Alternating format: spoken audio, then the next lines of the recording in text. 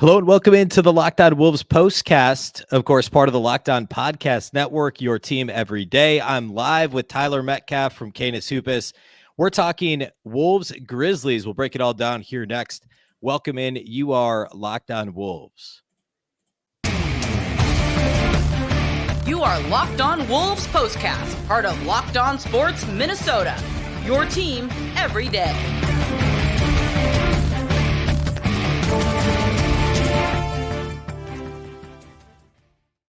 Hello and welcome to the Locked On Wolves POSTCAST, part of the Locked On Podcast Network, your team every day. My name is Ben Beecken. I'm the host of Locked On Wolves. I'm here with Tyler Metcalf from Canis Hoopus. We're breaking down Wolves Grizzlies, and this was one of those games that the Wolves. I mean, I don't know. There's things on both sides of it, right? Second night of a back-to-back. The Grizzlies, I think, are better, even given all their injuries. It's a well-coached team, a top 10 defense, a good team. Yet still, it was one of those sluggish Timberwolves games for 2.5-ish quarters. Some issues late third, early fourth quarter too. And eventually they end up winning, kind of going away. But obviously this thing was pretty close throughout. What are your immediate takeaways from this one, Tyler? It kind of felt like a team just kind of going through the motions for a lot of the game until they realized, hey, we're really talented and the best team in the West. Let's just put this game away. And then once they kind of put their mind to it and paid attention to the little things and started executing consistently on both ends of the floor, that's exactly what they did. They just kind of ran away with this down the stretch because everyone kind of stepped up, started performing their role, and they weren't just leaning on one guy per quarter like they did for the first three quarters. Yeah, it was weird. I mean, like, it was such a slow start to the game, excuse me, for Minnesota. And tons of turnovers early. They had, I know they had 10 turnovers by the midway point of the second quarter. I think like 6 of them were in the first quarter. Naz Reid, of course, gives a jolt off the bench late first quarter. The Wolves were down. I think they were doubled up. I think it was 24-12. Naz comes in, hits a couple of threes, hits a tough layup in the lane, gets the crowd into it. It's tied at the end of the first quarter.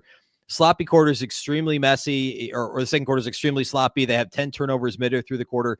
A lot of Jaren Jackson Jr., I think he had 21 points by halftime.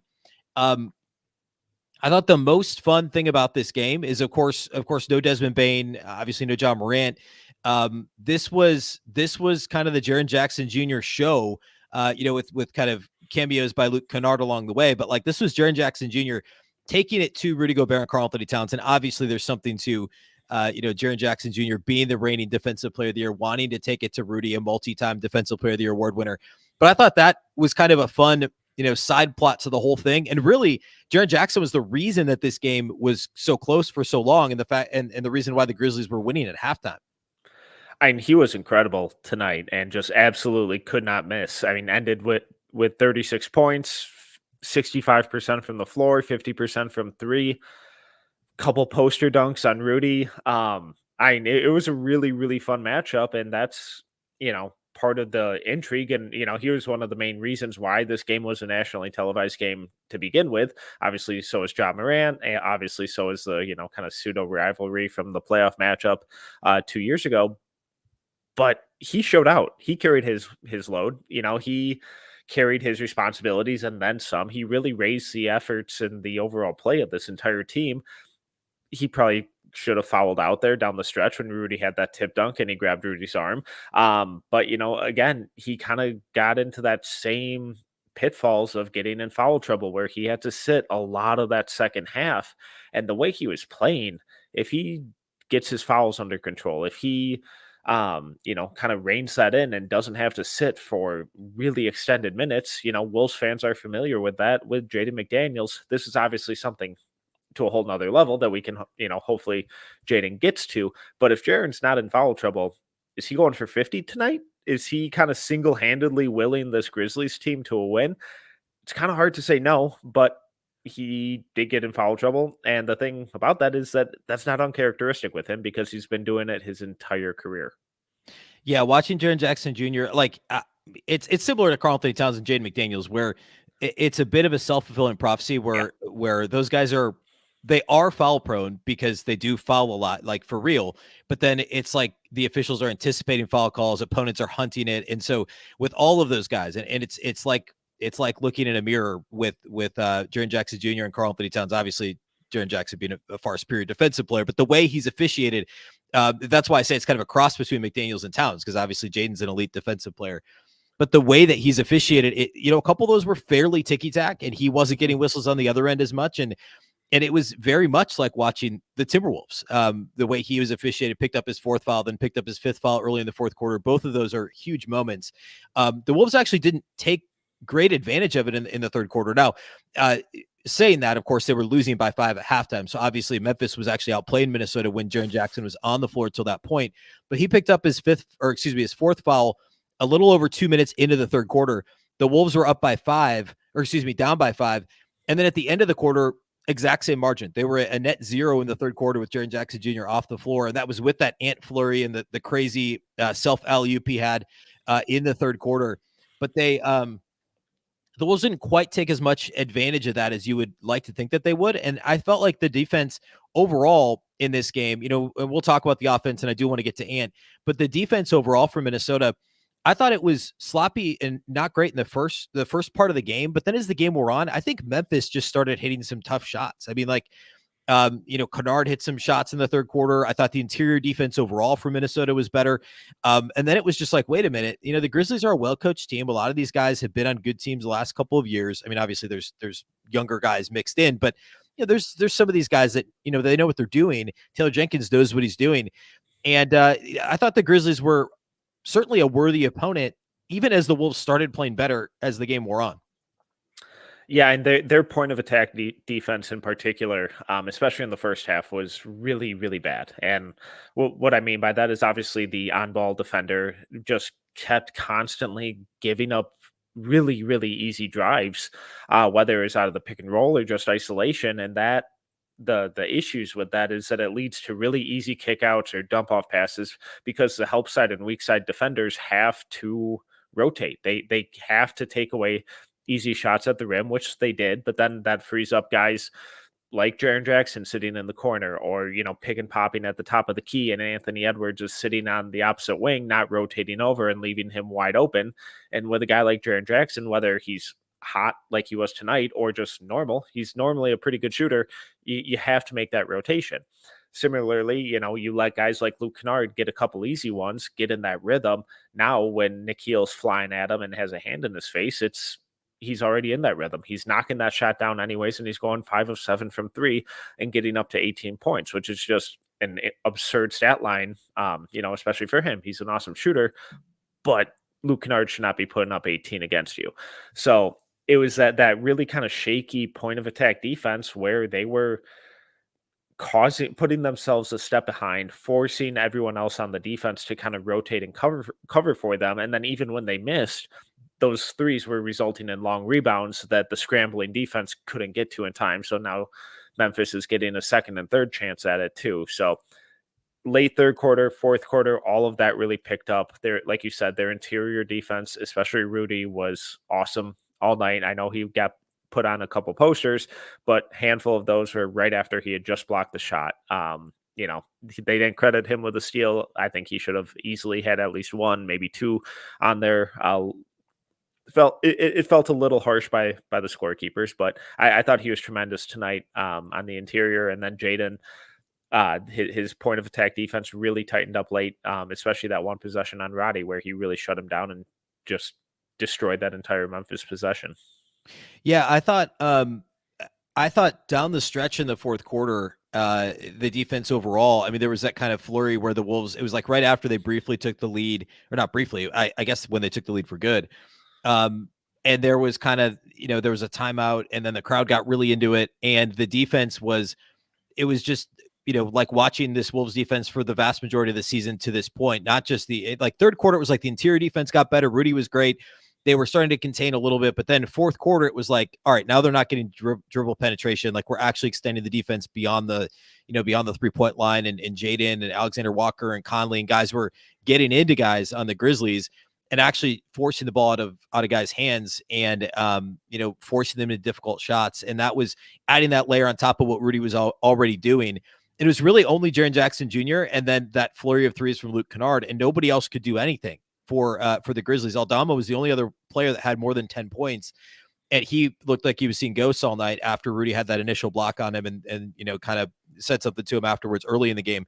But after that, it was like Aldama was he got up 14 shots, but he only scored 13 points. So I thought like fourth quarter, and this is typical. I mean, just kind of like a PSA. I don't want to like tell people how to root for a team, but like good teams, this happens. Like you aren't going to have your A game for 4 quarters every night, especially in the second night of a back-to-back after traveling, a late start, the whole thing.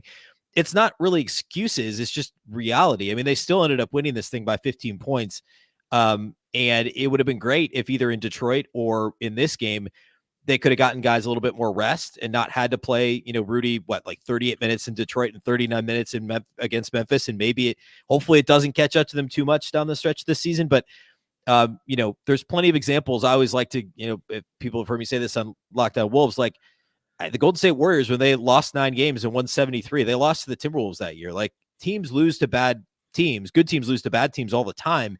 And I thought this was a pretty good example of the Wolves, like getting it together and not just like squeaking out a win, but like decisively putting their foot down in the fourth quarter, being a plus 20 in the fourth quarter, holding Memphis to 17 points in the final frame and saying, you know what, we are the better team. And even though you guys are put up a great fight, like we're going to put you guys away here down the stretch.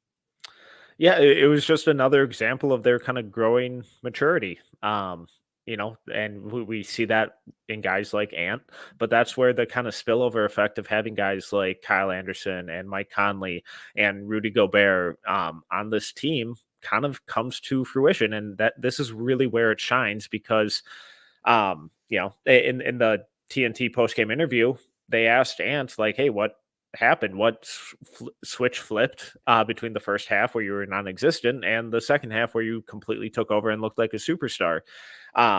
He's flat out said that he came out flat and wasn't ready to play. And, even referenced Kyle Anderson getting on him in the locker room, telling him he looked like a scrub. So it's that kind of leadership, that kind of mentality. And then obviously you have to have the raw talent like Ant has to do it.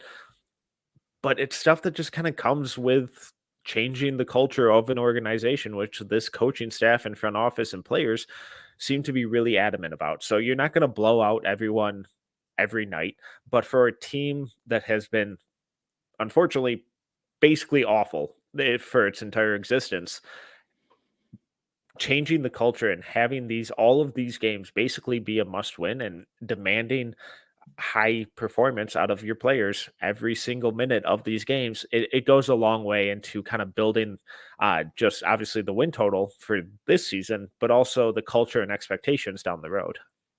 Let's talk about our friends at PrizePicks. PrizePicks is the largest daily fantasy sports platform in North America. They're the easiest and most exciting way to play DFS. It's just you against the numbers. Instead of battling thousands of other players, including pros and sharks, you pick more than or less than on 2 to 6 player stat projections and watch your winnings roll in. With the basketball season here, you can pick combo projections across football and basketball. Of course, divisional round of the NFL this weekend. It's a league created specifically for combo projections that includes 2 or more players from different sports or leagues.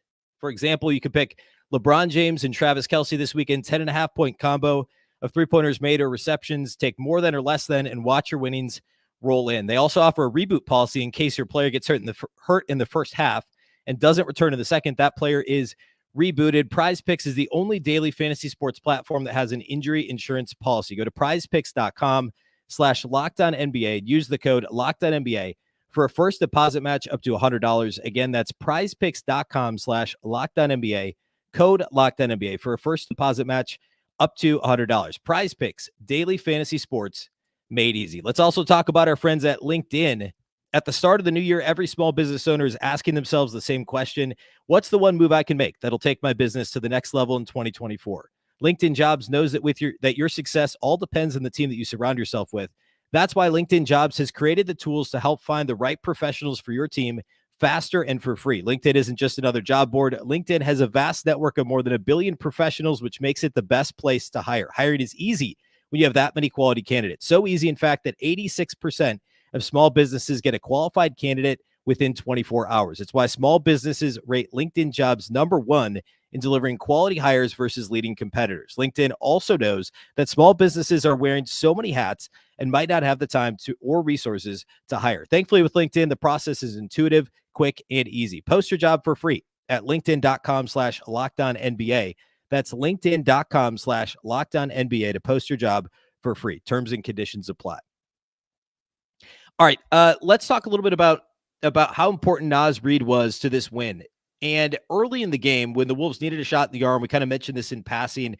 Naz, came through, got the crowd going. Then in the second half, he did a little bit of everything as well. I thought he was pretty good defensively. He had that play where he knocked the ball off I forget who it was on the Grizzlies. It might have been Aldama off his leg out of bounds on the baseline, and I think he had a dunk there late in the fourth quarter. Just kind of a well-rounded Naz game. And he'd been a little bit quieter, had some, overall been playing really well lately, as he has all season, but he had a couple shorter minutes games just with the way the rotations worked out.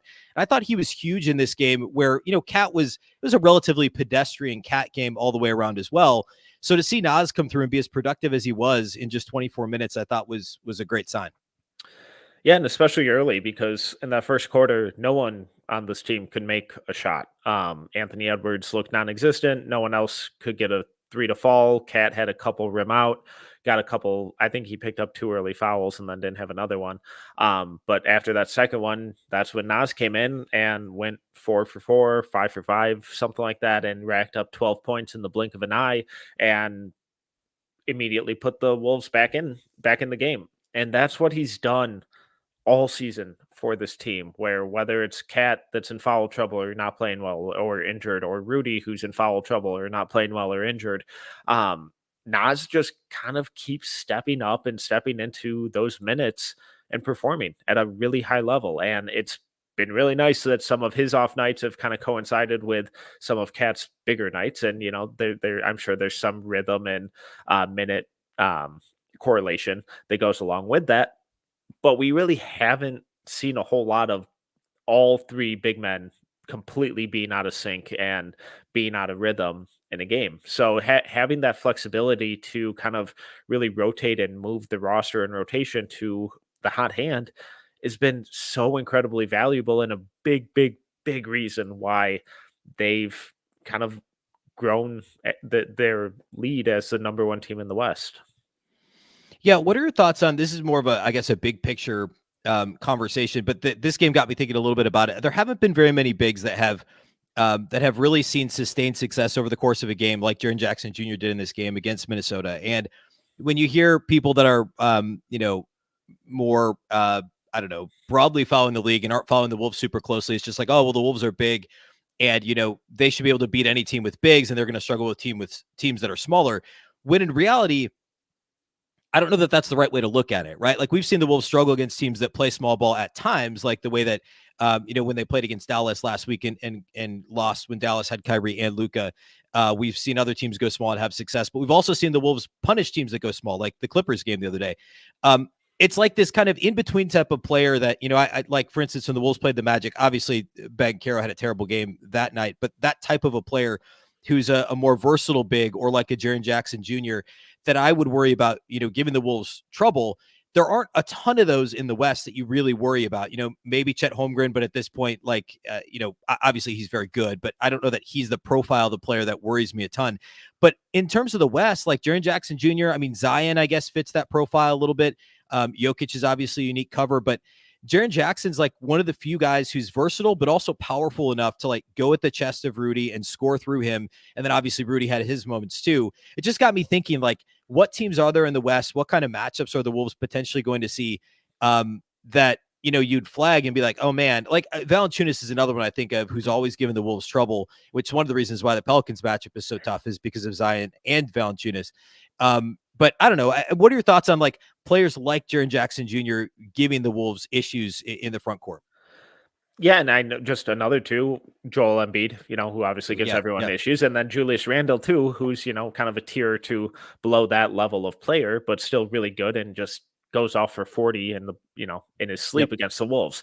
But I think a common theme with all of these guys is that they all kind of they're able to put the ball on the floor. They're able to kind of get their shot in all 3 levels of the floor. And they kind of provide some real interesting mismatch issues. And, we kind of saw tonight with Jaren and Xavier where Kat and Rudy were kind of hesitant or unsure or unconfident in who was supposed to be taking who.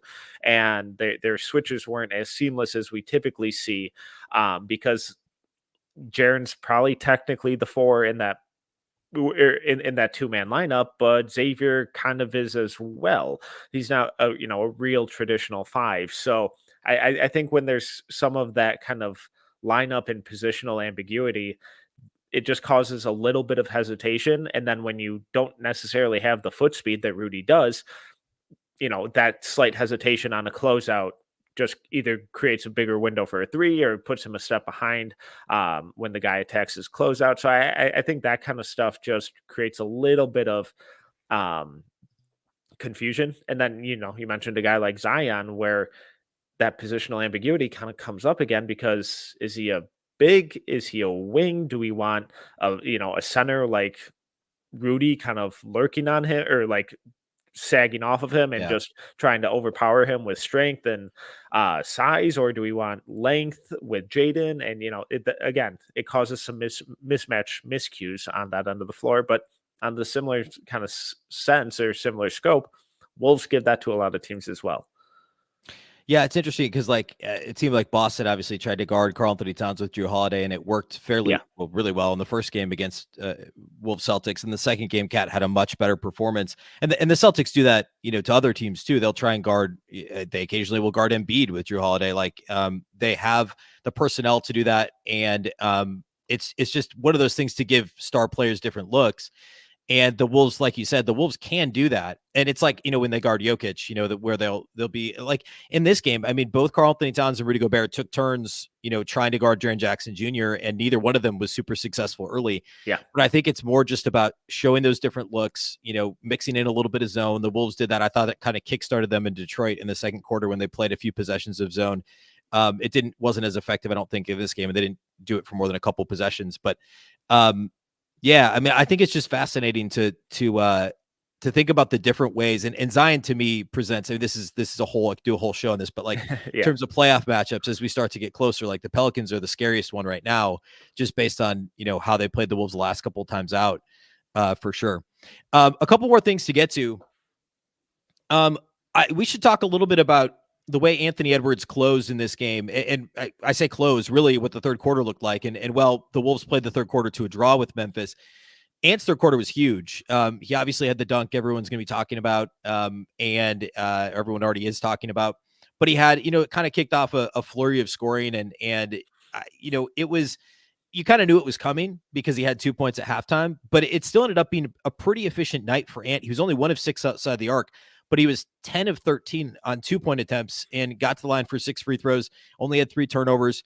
I thought, I don't know that the shot selection was all too poor. There were, maybe 1 or 2 sticky possessions in there. But besides that, I thought this was kind of the rare occasion where he flipped the switch, but actually kind of picked all the right spots. Reggie Miller was talking on the broadcast even about how Ant was being really unselfish, almost to a fault early in the third quarter. But then it was like, as soon as, he hit a couple of those lobs to Rudy and a couple of kick out passes for threes. And then all of a sudden it was like, it was almost like the Grizzlies were starting to play the pass just a little, just enough. And Ant saw his window and it was like, and one. And then it was a tough bucket. And then it was the dunk off the glass. And it was just kind of this avalanche of Ant plays late third quarter into the fourth. Yeah. And it was just a really measured and mature approach from him. And again, just the complete opposite of what we saw in the first half. I mean, he wasn't like chucking up bad shots and turning the ball over in the first half. He just wasn't there. And God, was he there in the third quarter. The off the backboard self alley-oop, insane. Brought me back to being a kid and watching T-Mac do that in the All-Star game. But a couple of possessions before that, they set up a backdoor lob where Mike Conley threw him a lob from near the Target logo on the right wing. And I was trying to think back, and I cannot remember the last time they ran that type of play for Ant. And it was like, oh, that's fun. Just another kind of way to leverage his athleticism, especially when they run him off of that kind of stagger screen so frequently. And if guys are going to start kind of top locking him like that, that backdoor cut's going to be there a lot. So I hopefully that's something they look forward to in the future, at least a handful of times.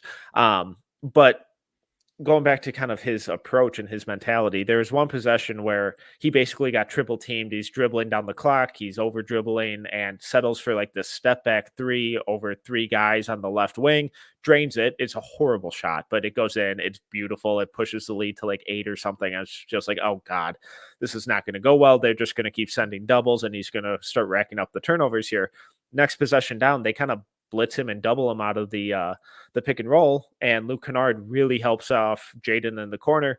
Ant takes another, just one extra escape dribble, drags the defenders a little bit, opens up that window for Jaden a little more, makes a kick out to him, and Jaden drains the corner three. Just kind of continues to show how he steadily improves handling these different situations where if teams are going to keep throwing the same looks at him over and over and over again, he's going to figure it out eventually. And he really trusts Jaden making that kick out to him. So I thought it was a really, really encouraging performance from him in that second half. Let's talk about our friends at Gametime. You shouldn't have to worry when you buy tickets to your next big event. Gametime is the fast and easy way to buy tickets for all the sports, music, comedy, and theater events near you with killer last-minute deals, all-in prices, views from your seat, and their best price guarantee. Gametime takes the guesswork out of buying tickets. Gametime is the only ticketing app that gives you complete peace of mind with your purchase. You can see the view from your seat before you buy, so you know exactly what to expect when you arrive. You can buy your tickets in seconds with just 2 taps. Gametime is absolutely obsessed with finding ways to help you save money on tickets. You can find exclusive flash deals and sponsored deals on tickets for football, basketball, baseball, concerts, comedy, theater, and more.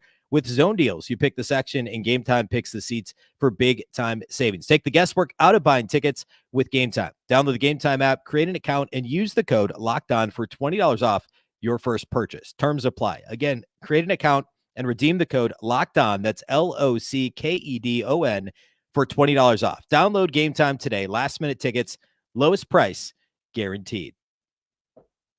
All right, couple more to close it. Mike Conley was obviously huge down the stretch. 17 and 10 in this game, 7 of 11 shooting, 3 of 6 outside the arc. Missed a couple of threes. I think it was like late first half, and it was just kind of a, like with everybody else. Nobody else was in double figures at halftime except for Nas. And then he turned it on late, hit a couple of huge threes, had a couple of nice shots in the paint. The rare game where, Conley's, I want to say his 3-point rate this year is like nearly 70% of his shots are coming from outside the arc, which I believe it's a career high for him. But in this game, he actually shot 6 threes and he shot 5 twos, and they were all, of course, in the paint. Just another well-rounded, perfect role player game for Mike Conley. Again, on a night where, Carl was relatively quiet. Jaden did some stuff early, but then was fairly quiet the rest of the game. Nas did most of his damage in the first half. So late, it was all about Ant, whatever Rudy was able to do, mostly at the free throw line, and then Mike Conley stepping up big and initiating, like you mentioned, the lob pass to Ant. There were a couple of other nice passes. He had 10 assists, no turnovers in this game too, which is maybe not a surprise, but the 10-0 assist to turnover ratio is pretty unreal. Just another huge Mike Conley game. It's just consistency with him. And that was one of the biggest issues with this team last year was we had no idea what team we were going to see at tip-off. We could see a team that looked like they were going to be one of the best in the West or, not even sniff the playoffs. And Mike Conley has been the absolute same performer since he came to Minnesota. And it is absolutely incredible and just a really arguably one of the most important pieces to this team because his leadership rubs off on everyone else. He knows how to pick his spots, how to get everyone else going. When the offense kind of bogs down, he picks his spots with that empty corner pick and roll with Rudy perfectly. And he's just so unselfish with the ball. 10 assists, 0 turnovers. He just knows who's in a rhythm, who's the hot hand, who he needs to get going, and how to put them in those spots to try and find their rhythm. So it's so impressive every night with him. It's the exact same stuff. And, you kind of keep waiting for him to need a full day, a couple games off, or to play less than 25 minutes a night, or to have a real stinker. And it just never really comes. Yeah, it really is incredible. And, we're starting to get to the point now. I think after Saturday's game will be exactly at the midway point in terms of their schedule. And it's like, yeah, I mean, are at some point, obviously Conley did rest for that Celtics game last on the second night of the back-to-back on the road. So, but that was the first game all year. The Wolves have actually technically rested anybody. And Rudy missed that game as well with the hip. But yeah, I mean, like, are they going to start to mix in a few of these days here and there, or are they going to try and, not load manage, but just kind of like be careful with his minutes? Because obviously you need, I know he said publicly it's the best he's ever felt and all this stuff, but like you need him in the playoffs.